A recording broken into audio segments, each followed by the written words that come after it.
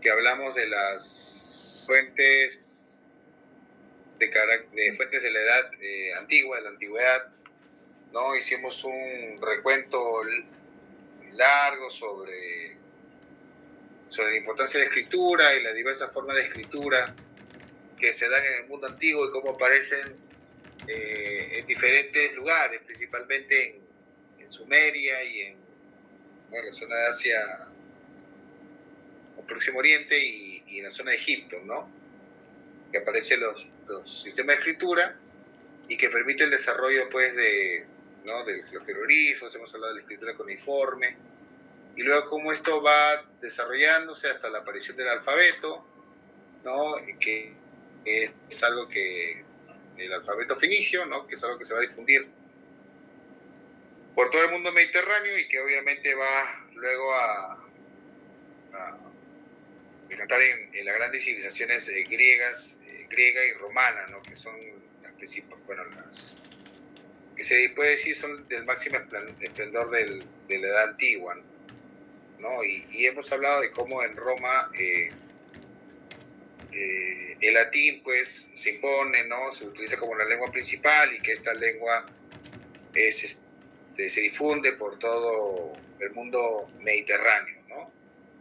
Y el uso de diferentes tipos de letras, ¿no? Y ese es un repaso así general que hemos visto la semana pasada. Entonces, ahora corresponde la siguiente edad de la historia, ¿no? La llamada Edad Media, ¿no? O sea, hemos visto que la antigüedad era el periodo, pues, ¿no? Donde se desarrollan las primeras grandes civilizaciones, el periodo más largo de la historia, ¿no? Y que termina con la caída del Imperio Romano de Occidente. Entonces, en la Edad Media, que es la etapa posterior, se va a caracterizar porque durante ese periodo va a predominar un nuevo orden político y social económico, ¿no? Que va a ser el feudalismo. Mientras en la Edad Antigua hemos visto sociedades regidas por determinadas formas, los imperios, ¿no? Más que todos tenían un sistema más que todo de esclavitud, ¿no? De esclavitud, ¿no?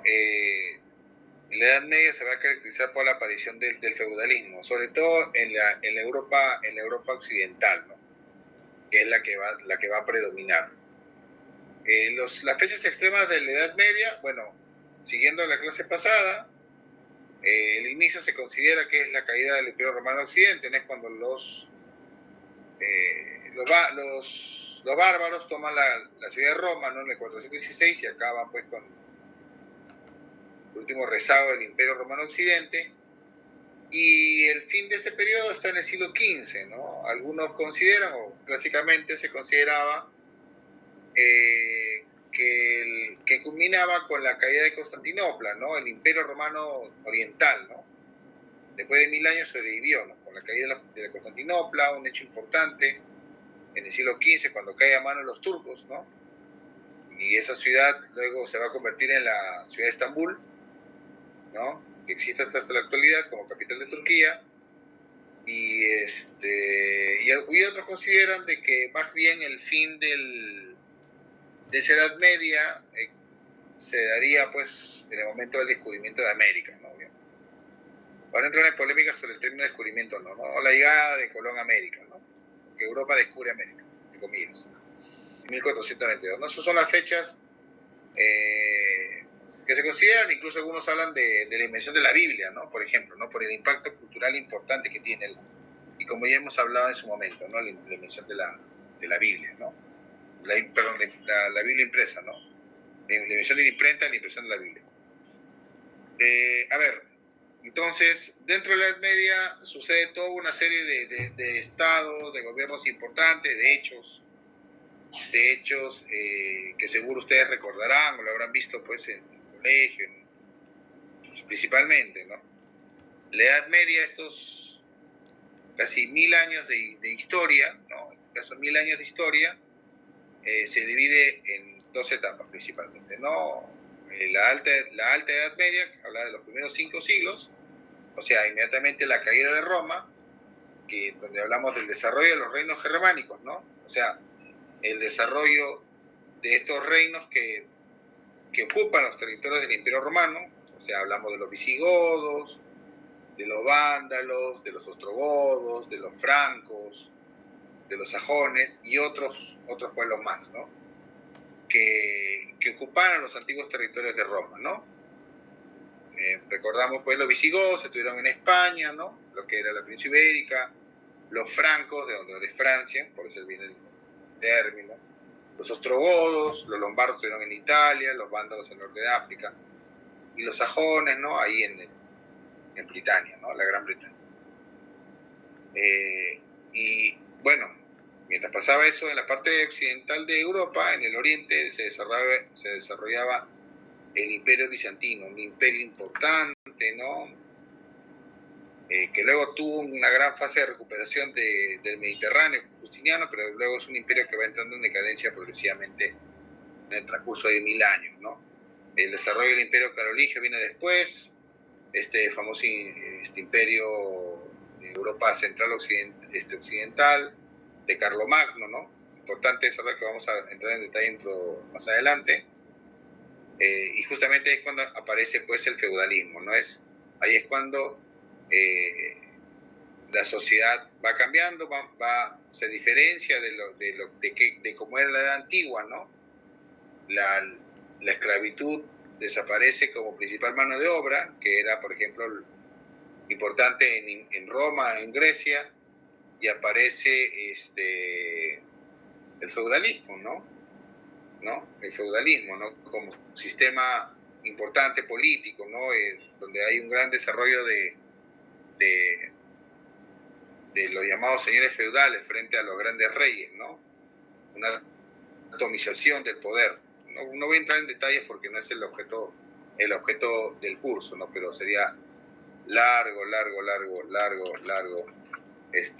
¿cómo se llama? Hablar, ¿no? No es el fin del curso. Y por otro lado, la segunda parte es la Baja Edad Media, ¿no? O sea, ya hablando de la segunda mitad, la segunda parte, ¿no? Los otros 500 años, donde ya hablamos del desarrollo de las cruzadas, ¿no? Estas importantes campañas que se desarrollan desde Europa hacia el Extremo Oriente, hasta la Asia próxima, ¿no? La Tierra Santa, la llamada Tierra Santa, ¿no? Que son como 9 cruzadas, ¿no? Importante ese desarrollo. Obviamente la crisis del sistema feudal, un sistema que entra en crisis frente al renacimiento urbano, ¿no? O sea, mientras en el feudalismo rápidamente hablamos de la ruralización, de una sociedad netamente rural, donde tenemos los castillos, ¿no? Ya hablamos luego de que las ciudades empiezan a renacer, ¿no? Como comunidades importantes, administrativas, ¿no? No solamente pues tenemos un castillo de un señor feudal, ¿no? Y va cambiando eso. La además famosa guerra de los 100 años, ¿no? Entre el rey de Inglaterra y el rey de Francia, ¿no? El colapso demográfico por la peste negra, eso va a ser un suceso importante, ¿no? Y ahora que hemos vivido en una etapa post-pandemia, se ha hablado mucho de las epidemias, ¿no? La crisis demográfica, el colapso demográfico en Europa por la peste negra ha sido importante, ¿no? Y obviamente ahí hablamos del desarrollo de la burguesía, ¿no? La clase social que va apareciendo a fines de la Edad Media y que va a tener un desarrollo importante en la edad moderna, ¿no? Y lo que vamos a ver ya el lunes. A ver, vamos a hablar rápidamente lo que nos interesa, ¿no? Las fuentes medievales, ¿no? A ver, ¿qué podemos aprender de las fuentes medievales? Bueno, en primer lugar, a diferencia de un poco de la antigüedad, en la sociedad medieval su mayoría era analfabeta, ¿no? Por la caída misma de Roma y esta atomización del poder, hay como una especie de retroceso en el tema de la educación, ¿no? Que antes se daban en sociedades tipo Grecia, tipo Roma, ¿no? No digo que todos eran alfabetas en esas sociedades, ¿no? Pero había puesto una política educativa, entonces, o de desarrollo de las artes, ¿no? Y eso va a entrar en decadencia. Entonces, en la Edad Media ya va a haber una gran mayoría que va a ser analfabeta, ¿no? Y la escritura va a estar restringida principalmente a la nobleza, ¿no? Los nobles, los reyes, ¿no? Y al clero, sobre todo el clero, ¿no? Ahí el clero, sobre todo la Iglesia Católica, va a tener un papel importante, ¿no? Para ese entonces, estas personas que, sobre todo el clero, que va a saber escribir, son las que va a registrar los hechos que interesan, ¿no? O sea, hablar de escribir sobre textos sagrados, sobre documentos reales. Eso es lo que interesaba resaltar de esas épocas, ¿no? También la escritura mezcla lo humano y lo divino, ¿no? Eso es por influencia del cristianismo, ¿no? O sea, los hechos del hombre son causas del designio de Dios, ¿no? Por así decirlo, ¿no? Si una sociedad cae destruida es por el pecado, ¿no? La causa de la caída de una sociedad frente a otra y su conquista es a causa del pecado, ¿no? Varios autores van a hablar de eso durante la Edad Media, ¿no? Por otro lado, y claro, la priorización de las grandes hazañas, las costumbres, ¿no? Recuerden de esa época estas historias de caballeros, ¿no? Las historias de los caballeros, por ejemplo, ¿no? La historia del rey Arturo, el Cid Campeador, ¿no? Por ejemplo, son fuentes medievales, ¿no? Se habla de la nobleza del caballero, de las buenas acciones, ¿no? Etcétera. Eso es de esa época. Y en el caso de la cultura escrita, bueno, obviamente se sigue utilizando el latín, ¿no? Pero es una lengua, utiliza el latín como tal, se utiliza pues en las leyes, en la administración, los sabios hablan la lengua, el latín clásico, ¿no? Hablan el latín clásico, ¿no? Pero paralelo a eso aparecen los autores, o sea, fuera de la escritura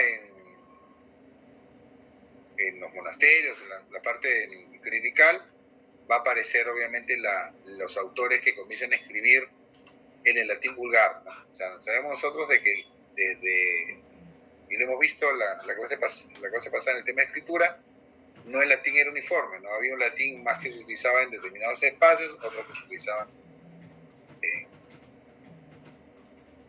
¿cómo se llama? En otros ámbitos, ¿no? Un latín que no usa la letra mayúscula, no es un latín clásico, entra el llamado latín vulgar, que es el que hablaba la mayoría, ¿no? Y este latín vulgar es el que se va a degenerar finalmente y es el que va a dar origen a todas las que se van a llamar las lenguas romances, ¿no? O sea, al español, ¿no? Al francés, al rumano, al italiano, ¿no? Y el latín clásico va a quedarse como solamente, como digo, para la parte solamente para la gente mucho más culta, ¿no? A ver si por ahí consigo algún ejemplo sobre el latín. A ver si por ahí acá hay unos ejemplos de latín. Que pongo unos ejemplos, por ejemplo, ¿no? ¿Qué nos pueden decir, por ejemplo, no? Por ejemplo, en latín culto se usa el concepto magnus, ¿no? Que es grande, ¿no? Pero nosotros decimos magno, o sea, no utilizamos la palabra magnus o magno, ¿no? Generalmente utilizamos la palabra grande. Y la palabra grande viene del latín vulgar, grandis, por ejemplo, ¿no? O en latín culto se usa equus. De ahí viene equus caballo, ¿no? Que por ejemplo, equus, equitación, ¿no? Se ha preguntado por qué este deporte se llama equitación. Si es de caballo, ¿por qué no tiene una raíz de caballo, ¿no? Entonces, pero, o se utiliza de manera, ¿cómo se llama? Equino, ¿no? Por ejemplo, se usa equino, ¿no? Por ejemplo, como dando a entender que es algo mucho más culto, ¿no? En cambio, en el latín vulgar no se usa equus, se usa caballus.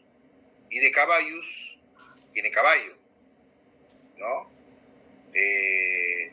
O en francés, cheval, ¿no? Por ejemplo, ¿no?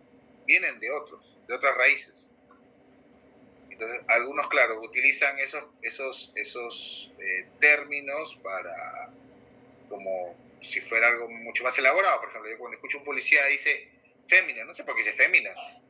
Porque no dice mujer.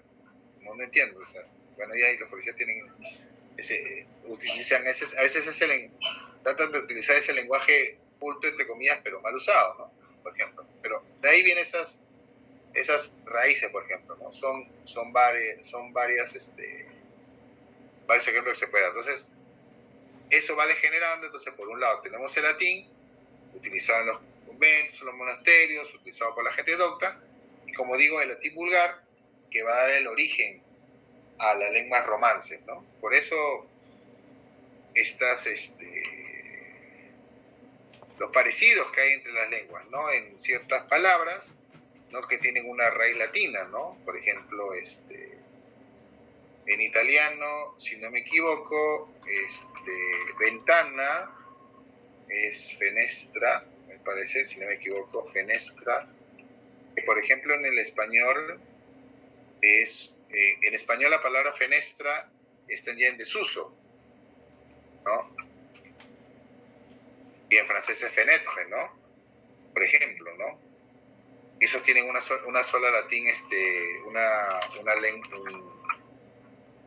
una raíz latina, ¿no? Por ejemplo, hay esos parecidos, ¿no? En algunas palabras, en otras ya hay otras influencias, pero bueno, no vamos a entrar en detalles sobre eso, ¿no? Y por otro lado, el tema del material, ¿no? El tema del material. Desde la antigüedad hasta el siglo XIII, el papel se utiliza el pergamino, ¿no? El pergamino que se utiliza principalmente para los textos más importantes, los textos de la nobleza, de la realeza, y los textos sagrados, como la Biblia, como hemos visto nosotros, ¿no? El uso del pergamino, ¿no? Que nosotros hablamos que es un material, ¿no? Que no tenía tanto buen grado de conservación, ¿no? Pero claro, va mejorando en la Edad Media, va mejorando los pergaminos, ¿no? Pero lo importante es el uso del papel. El uso del papel, como sabemos, viene de Oriente. ¿Y quién comercia con Oriente? ¿Cuál es el puente entre Oriente y Europa?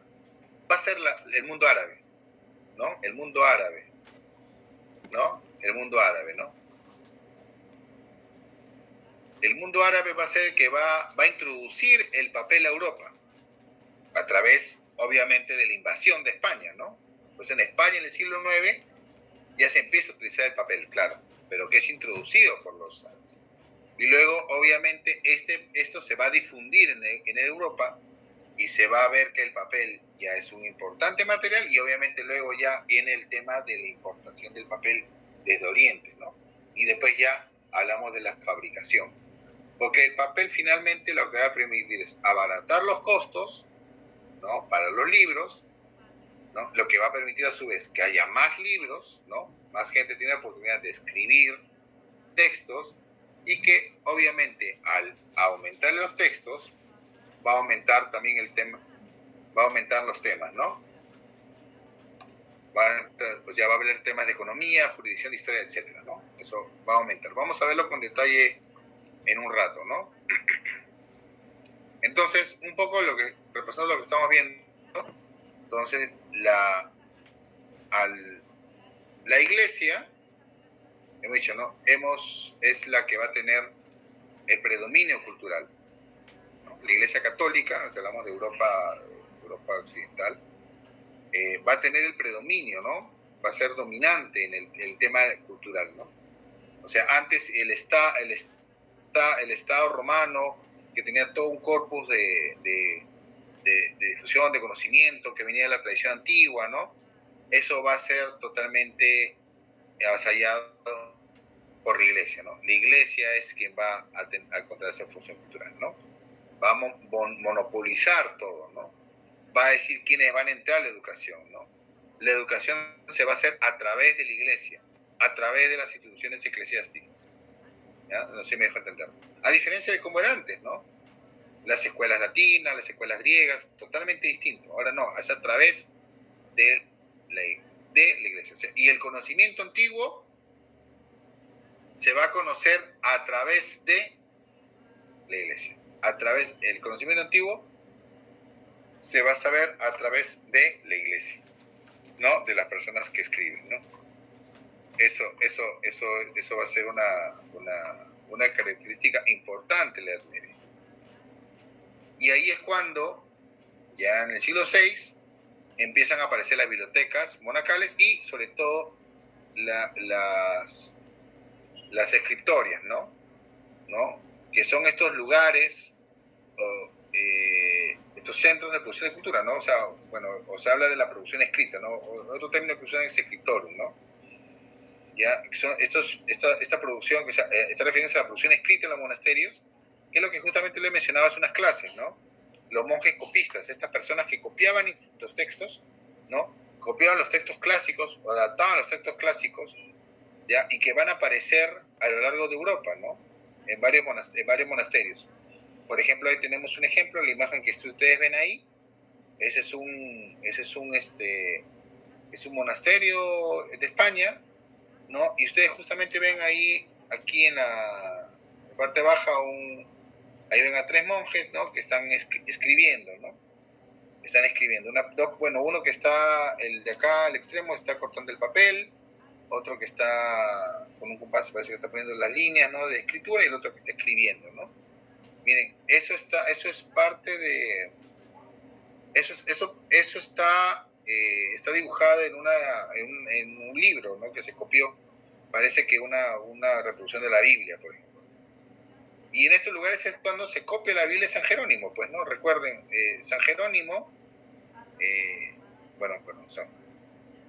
es un hombre santo, él lo que hizo fue escribir la Biblia, traducir la Biblia a latín, ¿no? O se le llamaba el Vulgata, ¿no? O sea, traducir la Biblia de griego, o otras lenguas antiguas con las que estaba escrito, los textos, recuerden, los textos se escriben en otros idiomas, el hebreo, ¿no? El griego, y él los traduce a latín, hacia el siglo V, más o menos. Y esa va a ser la base de todas las Biblias, que se van a ir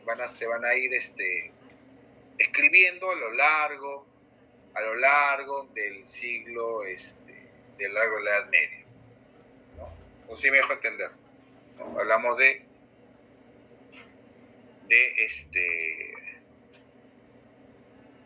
años y años de monjes que están escribiendo libros, como hablamos la vez pasada, ¿no? Escribiendo y escribiendo, copiando cada libro de la Biblia, ¿no? Durante toda su vida. Entonces, en estos monasterios, ahí van a encontrar las bibliotecas, ¿no? Bibliotecas solamente que va a ser utilizado por los monjes, ¿no? O por algunos miembros de la nobleza, ¿no? No tengo el gusto de conocer alguna, o sea, hablamos de medievales, pero los monasterios, bueno, sí conozco uno, pero ya no como centro cultural, así como lo escriben ahí, pero es impresionante, ¿no? O sea, son espacios que tienen toda una serie de habitaciones, construcciones, ¿no? Donde hacen todo este tipo de trabajo, ¿no? Y interesante, pues, el tema de que copien los libros, ¿no? Y por eso muchos, cuando estudian los textos antiguos, a través de estos textos ven si son textos íntegros, obviamente teniendo en consideración de que en la traducción puede haber cambios, ¿no? En los conceptos de las palabras, pero sobre todo si hay cambios, porque ellos, como digo, adoptan ciertos textos hacia el rito, ¿no? hacia el dogma católico. Y esto va a ir cambiando progresivamente, ¿no? Hacia el siglo XIII, ¿no? Así como ya hemos hablado, el papel se introduce en Europa. Entonces, no solamente los conventos van a tener el predominio de uso del papel, sino ya particulares, es cuando van a aparecer, va a darse el desarrollo de negocios seculares, o sea, escribas que van a copiar textos, ¿no? O sea, en la Baja Edad Media, no solo los monjes son los que copian textos, sino ya va a haber personas del común y del corriente que van a copiar textos, ¿no? Y ahí van a aparecer las librerías. Claro, estas personas copian textos y esto las venden, ¿no? Ahí va a aparecer el concepto de la librería, ¿no? Las librerías afines de la Edad Media, ¿ya? No sé si hasta acá hay alguna consulta, alguna duda, una pregunta. Después de la siguiente diapositiva voy a pasar a hacer unas preguntas, ¿ya? Entonces, durante la Edad Media se da toda una diversidad de fuentes, ¿no? Y de las cuales se preservan, ¿no? A diferencia de lo que hemos visto en la Edad Antigua, ¿no? De algunas sociedades que se conocen más que todo a través de la arqueología, porque han desaparecido, y aparte porque obviamente había una dificultad por el desciframiento de la escritura. Por otro lado tenemos la Iglesia Católica, los cristianos, perdón, ¿qué se digo? Cuando ya la Iglesia se convierte, tiene ese poder en Roma, que destruyen la cultura anterior, y eso es, bueno, se ha dado. La Iglesia, de otras sociedades que se destruyen la cultura anterior. Pero la Edad Media, por esa uniformidad en cierta medida que da el latín, ¿no? El uso de las lenguas romances, el uso de las bibliotecas, ¿no? Monacales, se ha podido preservar toda una serie, ¿no? de fuentes, ¿no? Miren ustedes la cantidad de fuentes. Miren, fuentes legislativas, hablamos de normas. En lo civil, ¿no? Leyes, tratados, cartas, franquicias, estatutos, ¿no? Etcétera, estatutos universitarios, realmente colegios, ¿no? Que van a aparecer en la Edad Media. Las fuentes canónicas, ¿no? Que hablamos de los decretos, concordatos, los concilios, las reglas religiosas, ¿no? Estatutos de capítulos, ¿no? Orden religiosas, etcétera, etcétera, ¿no? No voy a entrar a detallar el concepto de cada una, no solamente para que vean ustedes la cantidad de fuentes que hay, ¿no? Esa gran diversidad, ¿no? Y las fuentes relacionadas con las costumbres, ¿no? La fuente de las costumbres, ¿no? Que hablamos de los registros seculares, los registros eclesiásticos, ¿no? Obviamente las costumbres mismas forman normas, ¿no? Todos sabemos de ellas. La jurisprudencia, que aparecen pues las leyes, las normas, las mismas doctrinas, los tratados, las glosas, los brocados, ¿no? Eso son las normas, las leyes como que ya son per se, ¿no? Aunque la ley sea dura, es la ley, ¿no? Por ejemplo, ese es un bocardo, ¿no? Por ejemplo, ¿no? O las llamadas sumas también, que aparecen, ¿no? Aparece la literatura polémica, ¿no? Hablamos pues de Camerón, ¿no? Por ejemplo, la Divina Comedia, los libros profesionales, ¿no? Los libros de derecho, hay importante desarrollo del derecho, entonces los quienes se escriben, los formularios, el arte notarial, los escritos notariales, ¿no? Y también, y en sí, y toda una serie de textos, ¿no? Ven ustedes en la Edad Media, aparece toda una diversidad de textos, ¿no? De todo tipo, pero principalmente ustedes ven, ¿no? Hay unos que están regidos a la vida cotidiana, a la vida administrativa de la sociedad, ¿no? Y otras ligadas a la religión católica, ¿no? Al cristianismo, principalmente, ¿no? No habla mucho de los ortodoxos. Que va a ser toda esta normativa, ¿no? Es importante, por eso esa gran variedad, ¿no? Mi interés más que todo es que ustedes conozcan de manera general de repente algunas fuentes importantes, ¿no? Más que saber en detalle el concepto de cada uno, no es mi intención, ¿no? O sea, saber lo que es un capítulo, bueno, solamente sabemos que es una asamblea religiosa, ¿no? Pero el estatuto ya se entiende de qué estamos hablando, ¿no? O de libraciones, ¿no? Pero cada uno de esos documentos representan, pues, una información importante, ¿no? Y ustedes, como ven en el dibujo, ¿no? Acá vemos en una asamblea, creo que un concilio, ¿no? Y vemos la figura, parece que es del Papa, ¿no? Y la figura del obispo, ¿no? Por ejemplo, que están ahí, ¿no? Porque cada reunión, por ejemplo, cada concilio que se va a dar en la antigüedad, obviamente va a significar documentación importante, ¿no? Acuerdos importantes, por ejemplo. Y ahora son fuentes importantes para conocer, ¿no? Cómo era la vida en la Edad Media.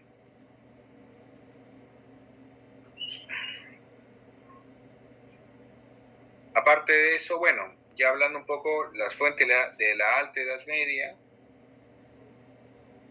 he hecho una pequeña selección de algunos textos importantes, ¿no? Vamos a empezar primero con las obras del provincialismo, ¿no? Que se llama la obra de San Agustín de Hipona, ¿no? La ciudad de Dios, ¿no? La ciudad es una obra importante para el pensamiento cristiano, ¿no? Ya a inicios de la Edad Media, ¿no? Donde habla del destino, ¿no? El destino de la sociedad humana es obviamente Dios, ¿no? Finalmente habla de la ciudad de Dios, habla de nosotros que vivimos, bueno, en ese momento, pero nosotros, sino el mundo en que se vivía en esa época no era la ciudad de los humanos, no era una sociedad totalmente alejada de Dios, ¿no? Que vivía del pecado, entonces por eso había caído, ¿no? Todo un recuento de cómo fue la llegada de los bárbaros, ¿no? La caída de Roma, y en plan de todo lo que había que llegar para llegar hacia la ciudad de Dios, ¿no? La ciudad para vivir, pues, en que a través de la religión, pues, llegabas a este estatus, ¿no? Y también Beocio, ¿no? También igualito, ¿no? Es una obra también, ¿no? Que habla de la importancia y del bienestar humano, ¿no? Llegar a Dios, ¿no? Esas son obras fundamentales para comprender un poco esa forma de ver el mundo, ¿no? Que se implanta, como les digo, lo repito, en el mundo occidental, luego del fin de la caída del Imperio Romano Occidente, y pues la consolidación de la Iglesia y del cristianismo como principal fuente principal filosofía, fuente de pensamiento, ¿no? ¿Recuerdan que les dije antes del cristianismo que existía en el mundo? ¿Se acuerdan ustedes? Hablamos de Cleopatra. El helenismo. Exacto, hablamos del helenismo, ¿no? El helenismo progresivamente va a ser reemplazado por el cristianismo, el pensamiento cristiano, que va a tener una gran fuerza. Una gran fuerza cuando, ¿no?, la iglesia de Roma se convierte en la iglesia principal del Imperio Romano, y luego viene todo este cambio cultural de carácter ya violento, ¿no? Pues San Agustín va a ser un representante importante, ¿no? Y luego, pues, obviamente, en el Imperio Carolingio, ¿no? Este imperio que se desarrolla hacia el 800 en lo que ahora es Francia y Alemania, ¿no? Europa central y occidental. Es un imperio que surge luego de la victoria de los francos frente a la invasión musulmana que había llegado que venía de España. Entonces, el Imperio Carolingio es un importante reino porque al concentrar ahí el poder del emperador Carlomagno, ¿no? Carlomagno concentra el poder, hay toda una política, ¿no? Política de desarrollo cultural, ¿no? Ahí se dan en ciertas escuelas, se enseña las artes liberales, ¿no? Antes se enseñaba lo que se llamaba el trivium y el quadrivium, ¿no? Entonces, las artes liberales que estoy hablando de, por ejemplo, la gramática, la retórica, o sea, saber escribir, la retórica, saber hablar, y la dialéctica, saber debatir, ¿no? No como ahora que la gente no debate, ¿no? Dice cualquier cosa, ¿no? O sea, cuando hablamos de debatir, se debate con fundamentos, pues, ¿no? Por ejemplo, ¿no? Esos son ese es el trivium, ¿no? Y el cuadrivium, estamos hablando de la aritmética, ¿no? De la geometría y la música. Sí, Es la aritmética, la geometría, la astronomía y la música, ¿no? Por ejemplo. Entonces, en las escuelas de acá romano se enseña esto, ¿no? Y hay un importante desarrollo cultural, ¿no? Y de ahí, por ejemplo, están los juramentos de Estrasburgo, ¿no? Estrasburgo es una ciudad que está en Francia, ¿no? Que habla que son escritos por primera vez en lengua romance, ¿no? Utiliza el alemán y utiliza el francés antiguo, ¿no? Importantísimo, ¿no? Y obviamente el tema de la escritura de los anales, ¿no? Las escuelas del Palacio de Quiján, ¿no? O sea, el interés de fijar hechos, ¿no? Por eso viene el término anales, ¿no? Anales viene de año, ¿no? De año, ¿no? Donde se registra los hechos. Obviamente hablamos de las grandes actividades que hace el rey, pues los nobles son los que se registran, ¿no? O hechos resaltantes, ¿no? Se registran, ¿no? Tal día pasó tal cosa, al día siguiente pasó esto, ¿no? Así, de esa forma, ¿no? Esas son las bases de lo que van a ser después escrituras que luego se van a implementar en América. Cuando ya hablemos de las fuentes peruanas, vamos a ver muchos libros que se llamen Suma o se llamen Anales, etcétera, etcétera, ¿no? Y un poco ahí vamos a la península ibérica, ¿no? La península ibérica, que bueno, tiene relación con lo que estamos, con obviamente nuestra cultura, ¿no? Sabemos muy bien de que sabemos muy bien que hay la invasión islámica, ¿no?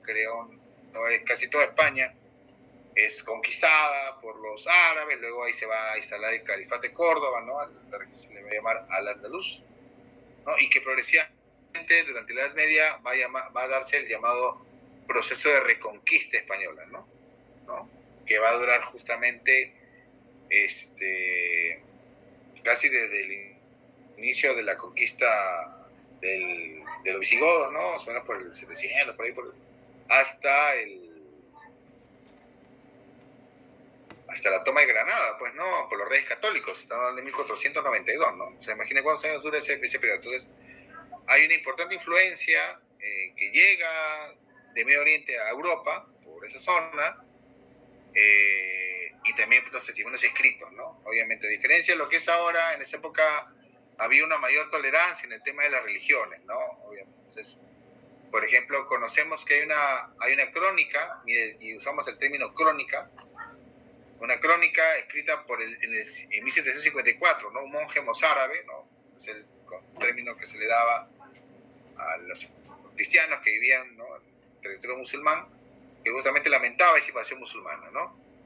Y luego hablamos del reino de Asturias, estos reinos que están al norte de España, que son los que inician la reconquista, y la aparición de determinadas crónicas, ¿no?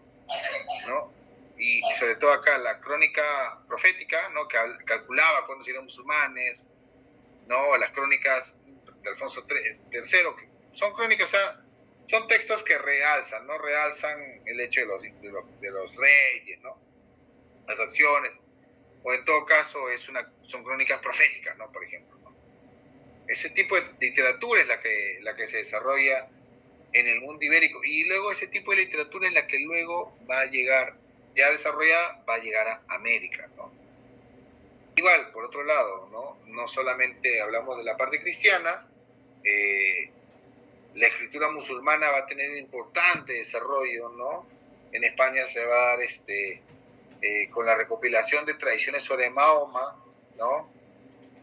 Y que se van a convertir en un dogma de fe, ¿no? Claro, junto con la interpretación del Corán. A ver, no sé, alguien de repente por acá me puede corregir si tiene más conocimiento con el tema musulmán. La religión musulmana, ¿no?, que aparece con Mahoma y que se difunde por Asia, el norte de África y el sur de España, inicialmente, se basa en un libro, así como la Biblia. Existe en el mundo musulmán, existe el Corán, ¿no? Pero no solamente, la norma no solamente estaba en el Corán, ¿no? sino también la norma estaba en también lo que las acciones de Mahoma, ¿no? Un personaje importante, lo cual no te retrato, porque en el mundo musulmán no hay retrato de Mahoma, ¿no? Está prohibido el retratar a Mahoma, ¿no? Pero que es un arte que se va a influenciar mucho en la cultura española, ¿no? Los reinos que van a darse hasta el final, por ejemplo, el reino nazarí, la influencia árabe cultural va a ser muy importante. Lamentablemente, gran parte de esa cultura fue destruida, o sea, la parte escrita fue destruida, pues, por la Inquisición, ¿no? Por ejemplo, el cardenal Cisneros quema libros, ¿no? Rescatan, sí, los tratados médicos, porque también hay importante desarrollo de la ciencia médica, ¿no?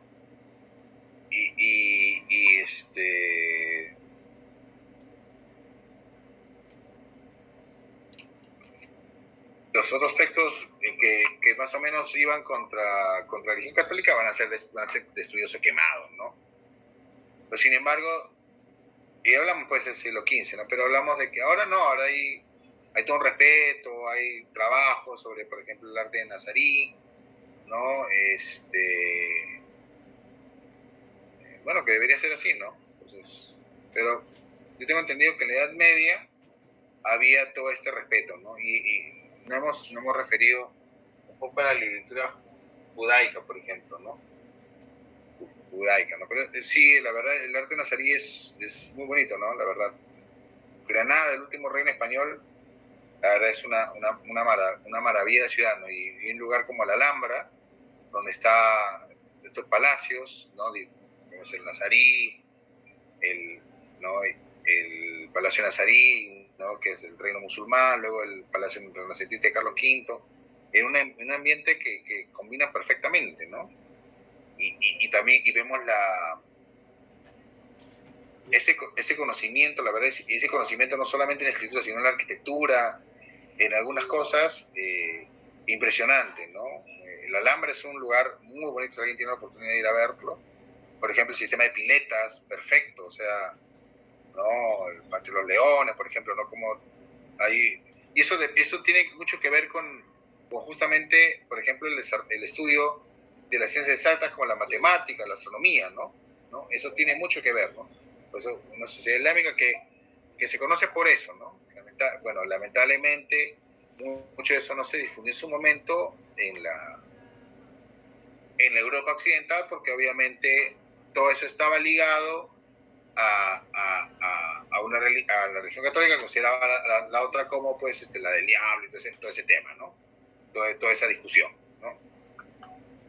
Lamentablemente, ¿no? Entonces, y por eso se habla mucho de la Europa medieval como una época oscura para el operatismo, que no había el desarrollo de la ciencia, ¿no? Y que claro, no hay un desarrollo de la ciencia. Y después, obviamente, cuando este periodo acaba, vamos a hablar de lo que se llama el Renacimiento, y entonces va a haber un redescubrimiento de cosas que ya sabían, o sea, sociedades que no están descubriendo la pólvora, sino que ya sabía desde la antigüedad o desde el oriente, ya se conocía, ¿no? Ya se sabía de algunas cosas, ¿no?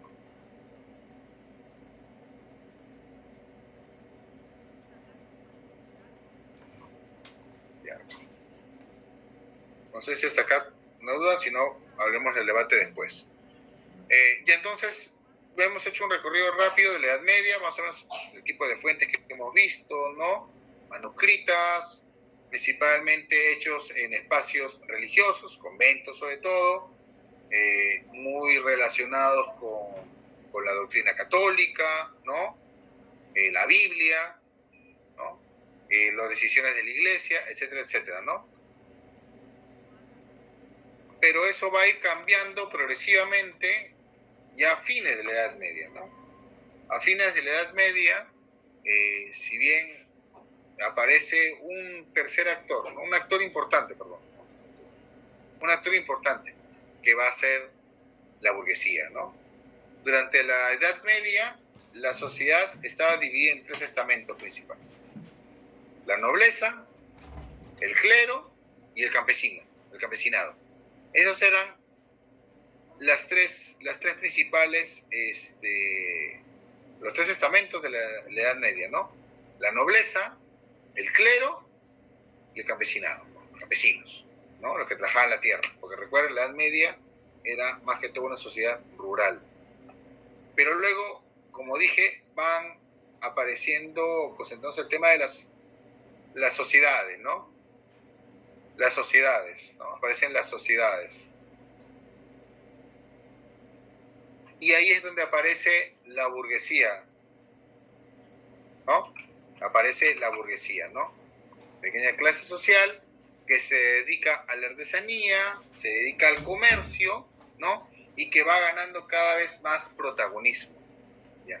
Entonces, durante la Edad Media, como dije, la cultura está ligada al clero, a los reyes, los libros son relacionados con los reyes, ¿no?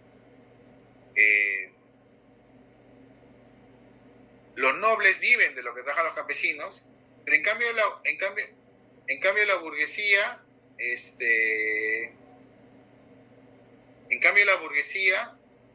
vive del comercio, vive de la artesanía, ya, y obviamente acumula capital, ya. Entonces, al acumular capital, ¿no? Empieza a imitar obviamente a la nobleza, ¿no? Las mismas prácticas, ¿no? Las costumbres, la ropa, ¿no?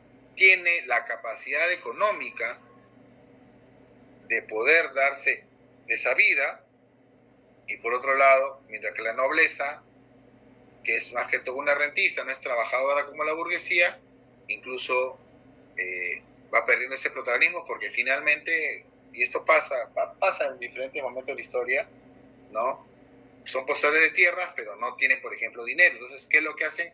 Pedir préstamos, ¿no? A los comerciantes, a los banqueros, ¿no? Y eso le permite a esta gente tener poder, ¿no? Tener poder, tener control, finalmente. Los otros tienen título de nobleza, pero la burguesía no la tiene, pero tiene dinero, ¿no? Y ahí empiezan, ¿no? También las alianzas, los matrimonios, ¿no? De la nobleza con la burguesía, ¿no? Por ejemplo, ¿no? En fin. Entonces, la burguesía, como les digo, trata de imitar esa vida de la nobleza. Entonces, también crece una demanda de libros, aumentan las bibliotecas privadas, ¿no? Hay desarrollo de la educación, a la burguesía le interesa la educación en el sentido de que es un instrumento importante para el trabajo, el saber leer, el saber escribir, ¿no? El saber contar, es importante para la burguesía porque está desarrollando actividades comerciales, ¿no? Entonces, importante, quieren saber leer, leen y aumentan las bibliotecas privadas porque tienen la capacidad económica de hacerlo, ¿no? Y por otro lado también se vuelven mecenas del arte, ¿no? Ellos financian obras artísticas, financian obras arquitectónicas, ¿no? Eso lo vamos a ver luego en el Renacimiento, ¿no? Muchos son mecenas, son personas que tienen dinero y que ellos van fomentando el arte, ¿no? Entonces, poco a poco,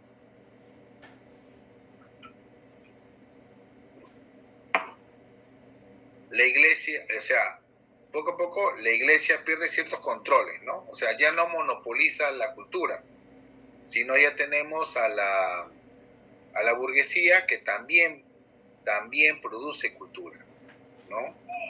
Eso va a ser importante. Entonces, como dice, la vida se seculariza, ¿no? La vida ya no va a depender netamente de lo que diga o lo que escriba la iglesia, sino ya va a ir mucho más allá, ¿no?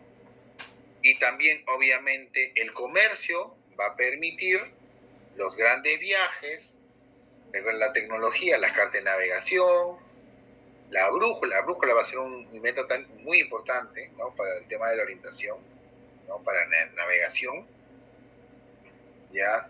Entonces, hay grandes viajes y obviamente estas personas que viajan vienen con historias, con relatos. Entonces, se habla del tema aparece pues el tema de la literatura fantástica, ¿no? De la aparición de animales fantásticos, los dragones, ¿no? Las bestias, ¿no?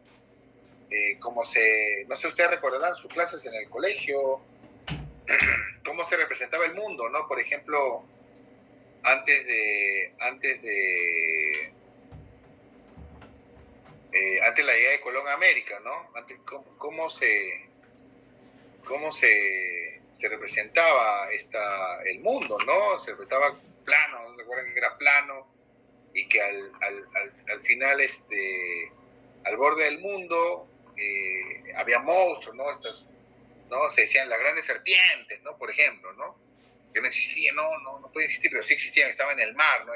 No podemos ir más allá porque ahí hay monstruos salvajes, ¿no? Que pueden unir los barcos. Eso es la presencia de animales fantásticos que la literatura de los viajes aumentaba, ¿no? O la exageración, en todo caso, como le digo, ¿no? No había esa representación, la fotografía, entonces podían ver, no sé, a ver, ¿qué? Un animal pues, que no se podía ver, no se veía en Europa, y se describía, sí, existe tal animal, no sé, nunca visto por acá, entonces se inventaban de que este era un determinado tipo de animal, ¿no?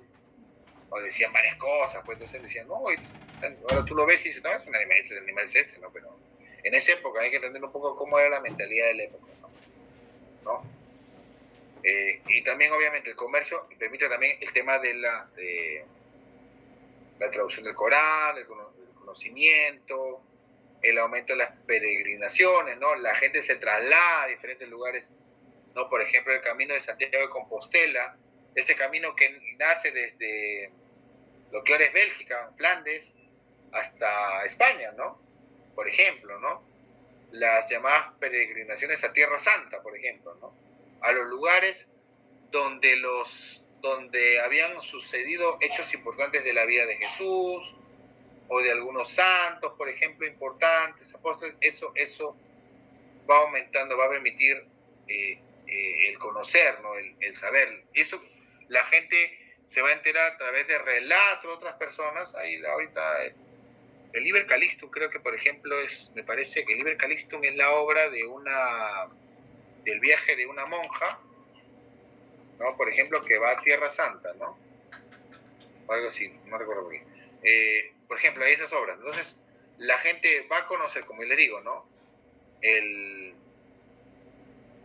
Tenemos el tema del aumento de la literatura, ¿no?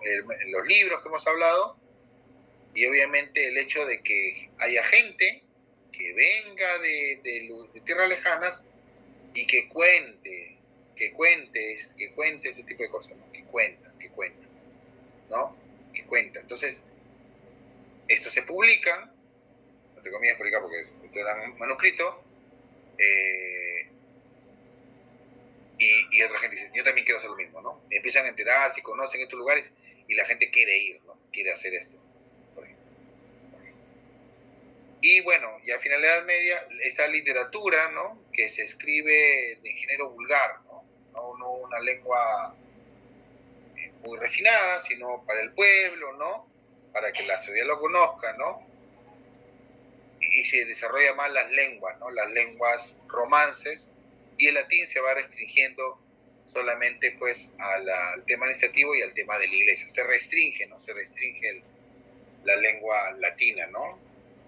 Entonces se escriben obras en español, no, en castellano, en aragonés, en francés, ¿no? El italiano, el rumano, etcétera, etcétera. En diferentes lenguas, ¿no? Y aparece el género fabuloso, la sátira, ¿no? Aparece obras como las de Dante, la Divina Comedia, ¿no? Y Dante es importante, ¿no?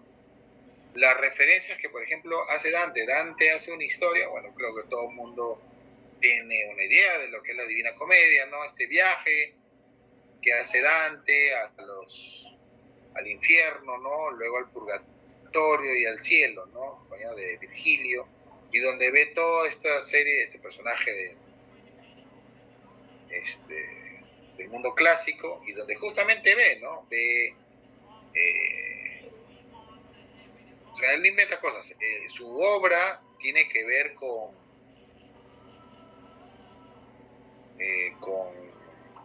lo que en ese momento se creía o se pensaba, las discusiones que había de esas cosas, ¿no?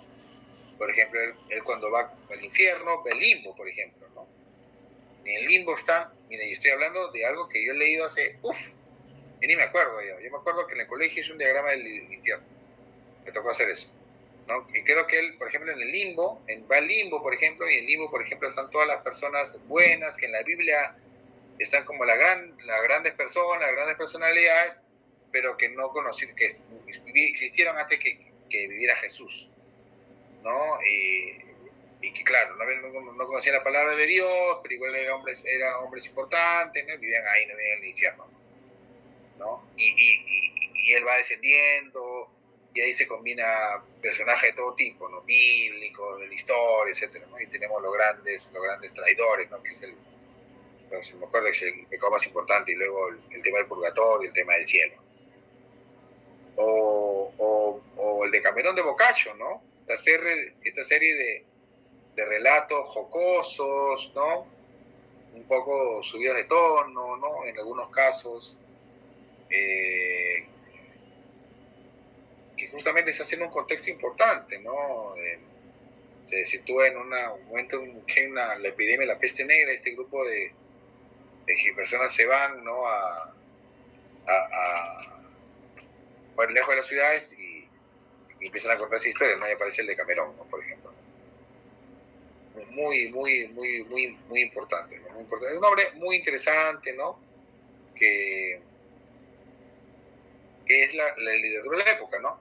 Y ya les he referido el caso por ejemplo, del Mío Cid, es otra obra importante, muy importante y de nuestro conocimiento, ¿no?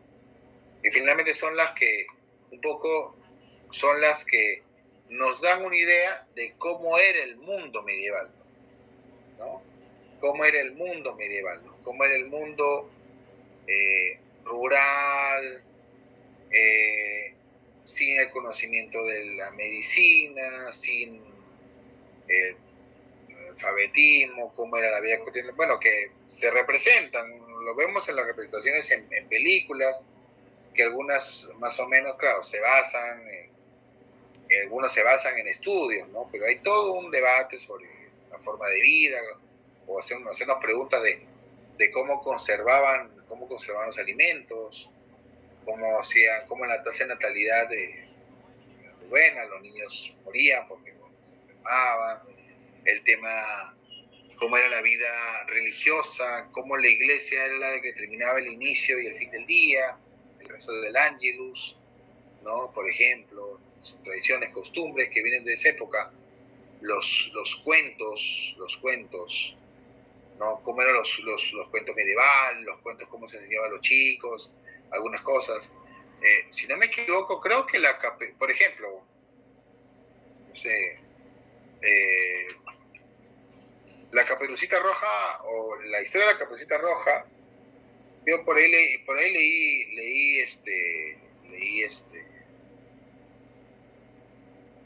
la versión original, me parece que es de justamente la Edad Media, me parece, ¿no?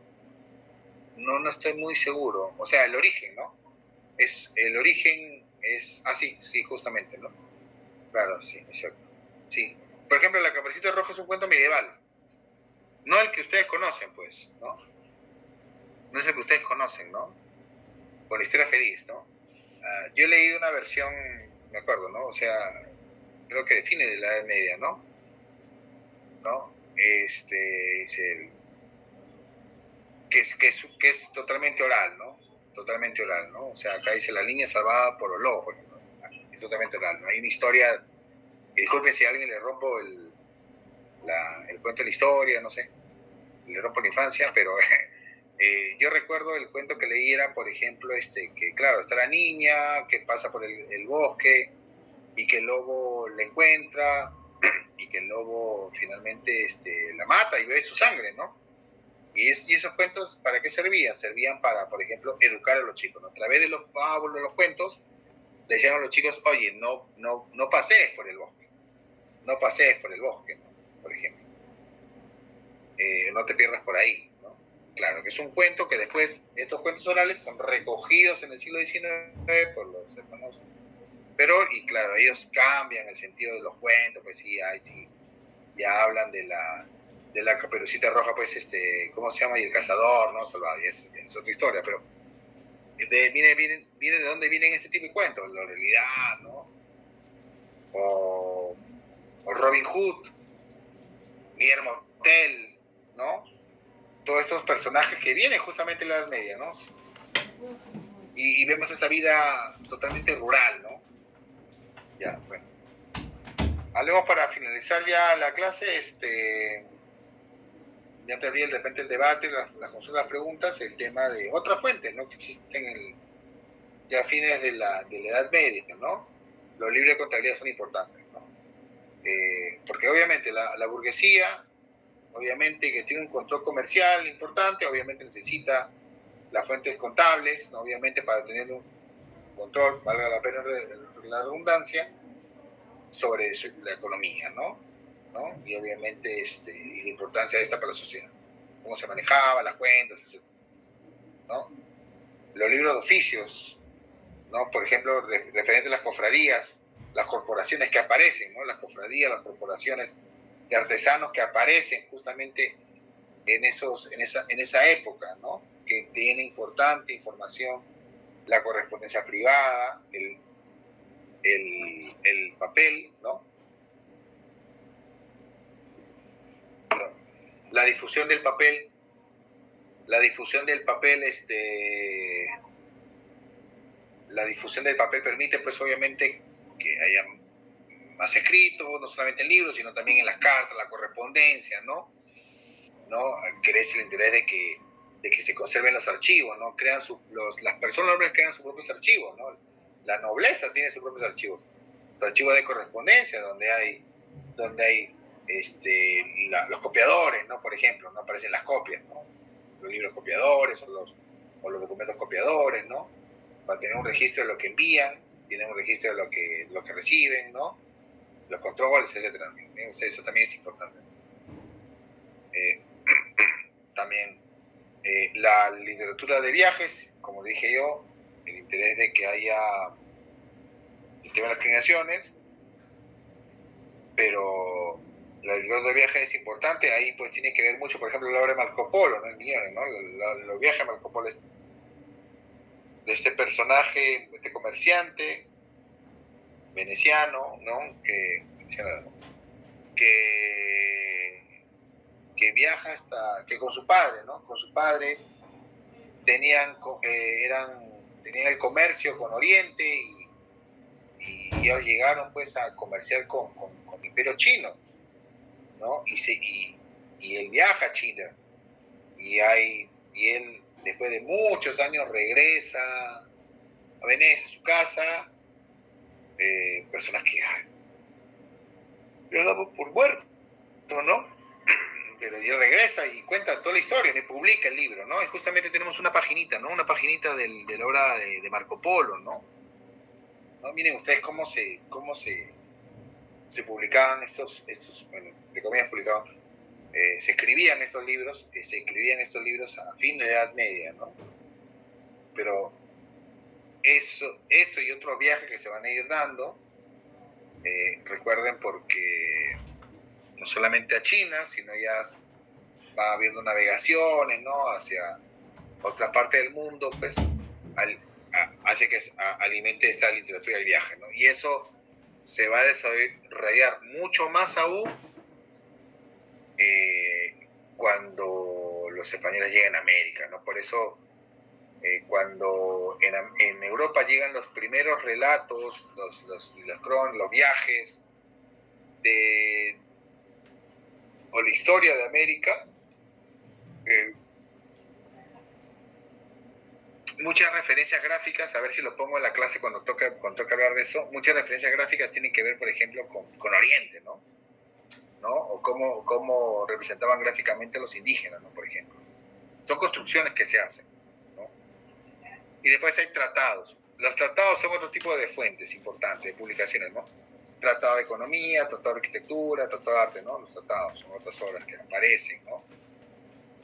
Y después los documentos públicos. Entonces, vemos pues esta gran diversidad, ¿no? De fuentes que aparecen en la Edad Media, ¿no? Digo, no es la intención de que sepa el detalle, es un libro de cuentos, es un censo, creo que algunos ya se entiende que son, ¿no? Pero hemos visto cómo hay ese tránsito de un momento en que la producción escrita, los documentos, están restringidos a determinados espacios, nobleza y clero, iglesias, monasterios. Ahí es donde están restringidos, y cómo a fines de la Edad Media esto se abre, ¿no? La importancia de los avances científicos, la importación del papel va a permitir que la escritura un poco se abra, ¿no? Que aparezcan varios textos, ¿no? Que diversifiquen, ¿no? Esa cultura escrita, ¿no? Obviamente, ante toda acción siempre va a haber una reacción, ¿no? Luego vamos a ver cómo en la Edad Media, cómo en la Edad Moderna, con la Inquisición, ciertas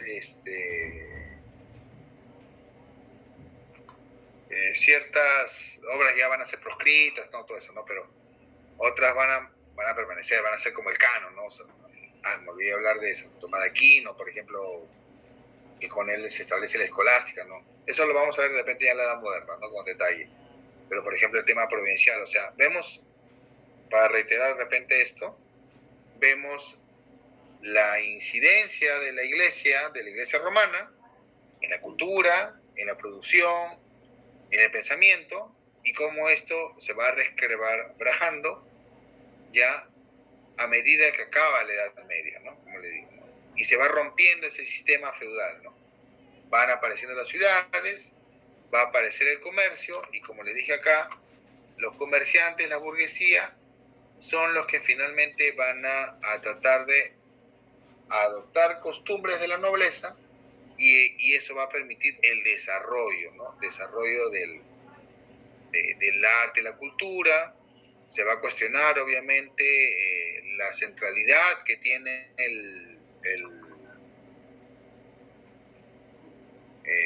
la iglesia, ¿no? En la cultura, o el ser humano. Se va a buscar el papel, ¿no?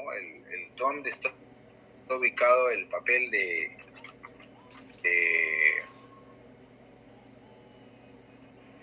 mundo, ¿no? Recuerden cómo antes se consideraba de que el centro del universo era la Tierra, ¿no? Y que todo, ¿pero por qué la Tierra? ¿Por un tema científico? No fue por un tema científico. Fue por un tema, ¿por qué? Porque Dios creó la Tierra. Y entonces la Tierra es el centro del universo porque Dios la creó. Y creó todo alrededor de él, ¿no? Por ejemplo. Eso es, ¿no? Eso era el pensamiento. Y eso se va a ir rompiendo, ¿no? Y poner no a Dios como el actor principal, sino al hombre, ¿no? Y es cuando va a aparecer, y entramos un poco en detalle en la siguiente clase, el humanismo, ¿no? El humanismo. Y eso va a ser lo previo a lo que se va a conocer como el Renacimiento. Entonces, hemos hecho un panorama general de autores y de obras de la Edad Media, ¿no? Ustedes ya pueden hacer de repente preguntas para el examen, ¿no? Una comparación, una diferencia de repente de las fuentes en 2 o 3 edades, ¿no? Eso ya lo voy a pensar al momento del examen, porque ya faltan como 3 semanas para eso, ¿no? Por ejemplo, de líneas generales, la diferencia entre las fuentes, por ejemplo, ¿no? Obviamente acá estamos hablando de fuentes generales, ¿no? A menos que alguien de ustedes pues tenga la suerte de trabajar, no sé, en la Biblioteca Vaticana, pues, ¿no? De repente ahí ya pues, puede haber una clase magistral sobre eso, ¿no? Pero acá, más que todo, esto es para darles un panorama general, ¿no? Sobre la fuente de la Edad Media. Bueno, no sé, antes tenemos unos minutos más. a ver si alguno de ustedes desea hacer alguna consulta, alguna pregunta.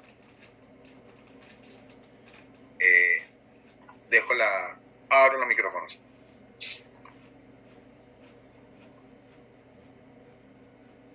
Alguien me escribió por asistencia. Ya. Profesor, buenas noches, disculpen. Si habla Zavala, no quería interrumpir, disculpe, profesor. Sí. ¿De qué? Profesor, señor Meli, ¿cómo está? En el Meet, no, señor Meli, usted está. En el Meet, si yo proyecto el PPT, no puedo ver la pantalla. Sí, profesor, muchas gracias. Sí, entiendo. Muchas gracias. Ya, acá falta uno. Muy cracho. Listo. Acá falta Michelle Anchelia. No ha entrado. Por si ha entrado.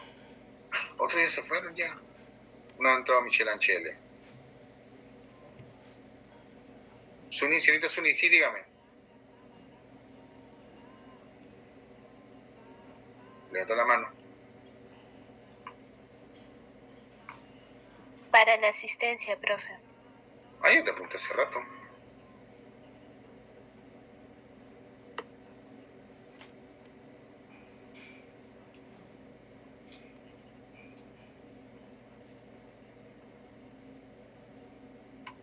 Bueno, entonces por ahora creo que a todos les quedó claro la clase de hoy. No hay ninguna pregunta. O aplico al dedocracia y empiezo a preguntar un par de cosas.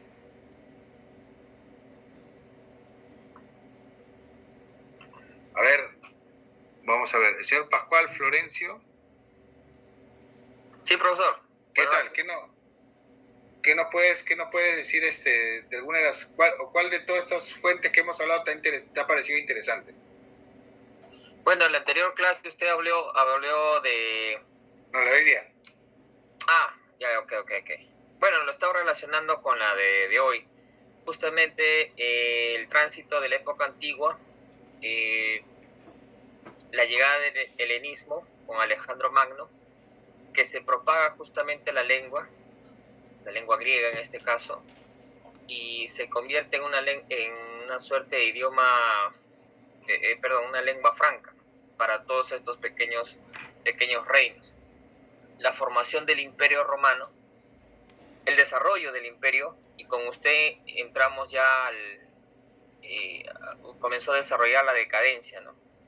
Cómo la iglesia, digamos, monopoliza, la escritura, y a través de los monasterios y conventos, creo que monasterios mencionó usted, se desarrolla para el clero y para los nobles el hecho de que puedan leer, escribir, leer, y van apareciendo oficios, ¿no? Los amanuenses, los que escriben, y también, bueno, aparece lo que es este espacio de la universidad, que usted también mencionó. Eso, profesor. Bueno, los escribas están desde la antigüedad. No, yo hablé de amanuenses. Usted mencionó urbanos que escriben, por ejemplo, que más todos que, por ejemplo, en Egipto, por ejemplo, ¿no? De trabajo que hacían para producir textos, por ejemplo, rituales como el Libro de los Muertos. Acá, por ejemplo, están produciendo libros, ¿no? Por ejemplo. Estaba pensando en la película En Nombre de la Rosa, por ejemplo, donde hay una transcripción de textos, ¿no? Copia y copia de esto. Y como usted mencionó, obviamente, si la misma de un texto se va copiando, debe haber algunos errores, fallas. O cambios, interpretaciones. Claro cambios, que sí. Interpretaciones, ¿no? En ese desarrollo, ¿no? Claro. Y ahí ya, bueno, ya estamos en otro campo, ¿no? De algunos, ya los lingüistas son los que trabajan, ¿no? Ese tipo, con detalles, esos cambios, esas variantes, ¿no? Pero que es importante, ¿no? Es interesante, ¿no? Por eso, Y bueno, gracias por tu intervención. No sé si alguien más quiere intervenir. Falta poco.